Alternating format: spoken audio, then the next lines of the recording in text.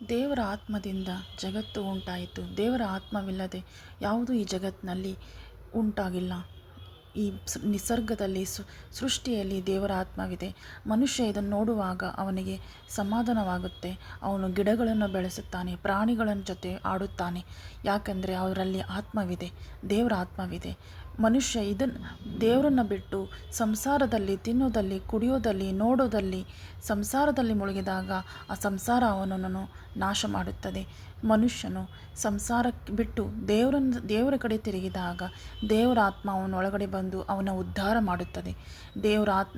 ದೇವರವನ್ನು ಪ್ರಾರ್ಥನೆಯಲ್ಲಿ, ಉಪವಾಸದಲ್ಲಿ, ಆರಾಧನೆಯಲ್ಲಿ ಮನುಷ್ಯನು ದೇವರನ್ನು ಹುಡುಕಿದಾಗ ದೇವರು ಅವನನ್ನು ಎಲ್ಲ ರೀತಿಯಿಂದ ಸಮಾಧಾನ ತುಂಬುತ್ತಾನೆ. ಶಾಶ್ವತವಾದ ಸಮಾಧಾನದಿಂದ ತುಂಬಿ ತನ್ನ ಒಂದು ದೀರ್ಘ ಶಾಂತಿ, ಸಮಾಧಾನ, ಸುಖದಿಂದ ಮನುಷ್ಯನನ್ನು ದೇವರು ತುಂಬಿಸ್ತಾನೆ.